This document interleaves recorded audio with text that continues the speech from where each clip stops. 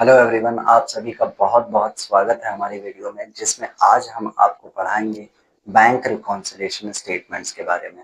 Bank reconciliation statements, हम उन statements को कहते हैं जो कि एक व्यापारी के लिए, यानी मेनली एक बिजनेसमैन बनाता है। किसके लिए? अपने व्यवसाय के बारे में जानने के लिए। इसमें क्या होता है, दो बुक्स होती हैं हमारे पास। एक बिजनेसमैन के पास दो बुक होती है, एक होती है पासबुक और एक होती है कैश बुक।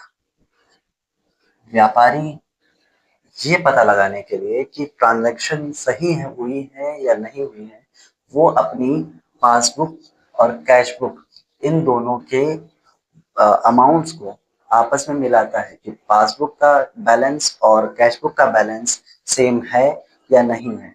और ये मदद करने के लिए हम एक रफ स्लिप या रफ अकाउंट का यूज करते हैं, जिस अकाउंट को ही क्या कहते हैं, बैंक रिकॉन्सिलिएशन स्टेटमेंट। अकाउंट नहीं कह सकते, बट ये एक स्टेटमेंट होती है जिसको हम रफली बनाते हैं। ये कोई तलपट की तरह एक सिद्ध स्टेटमेंट नहीं है, यानी कि ये लीगल स्टेटमेंट या कह सकते हैं कि ऐसे कोई कानूनी स्टेटमेंट नहीं है जिसका कहीं जिक्र हो।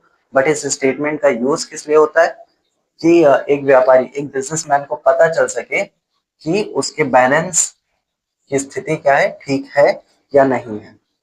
इसमें होता यह है कि मेनली इसके दो मेन ऑब्जेक्ट्स होते हैं। पहला पासबुक और कैश बुक। चार तरीके हैं इसको करने के। पहला, debit balance as per cash book, as per cash book, और क्रेडिट बैलेंस एज पर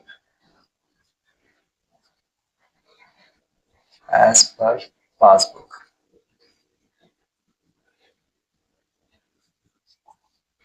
ठीक है। Debit balance, debit balance as per passbook and credit balance as per cash book. तो ये दोनों जो टाइप है इनको हम कहते हैं सिंपल, और ये दोनों जो टाइप है इनको हम कहते हैं ओवरड्राफ्ट टाइप क्वेश्चंस। ठीक है। ये क्या है, ये सिंपल है, और ये क्या है, ये ओवरड्राफ्ट क्वेश्चन है।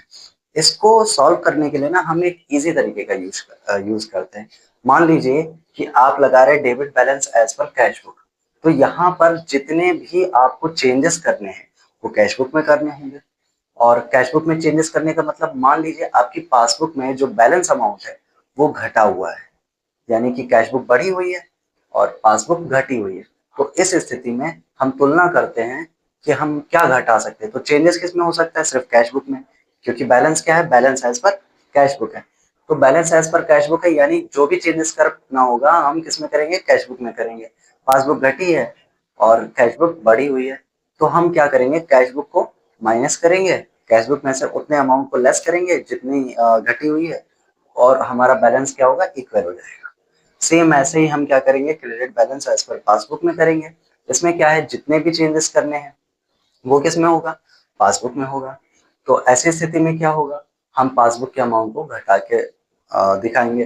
लेकिन ओवरड्राफ्ट में जो पहला यानी सिंपल टाइप है, इसका एकदम अपोजिट होता है। बस और कुछ नहीं है, ये एक सिंपल ट्रिक्स है, और इसके कुछ की पॉइंट्स और जो भी नोट्स हैं वो हम आपको डिस्क्रिप्शन में प्रोवाइड कर देंगे। ये एक ट्रिकी नोट्स हैं, एक ट्रिकी तरीका है इस स्टेटमेंट को समझने का। बाकी इसके क्वेश्चंस, न्यूमेरिकल्स और सीए के कुछ नोट्स आपको नीचे डिस्क्रिप्शन में प्रोवाइड कर दिए जाएंगे। धन्यवाद।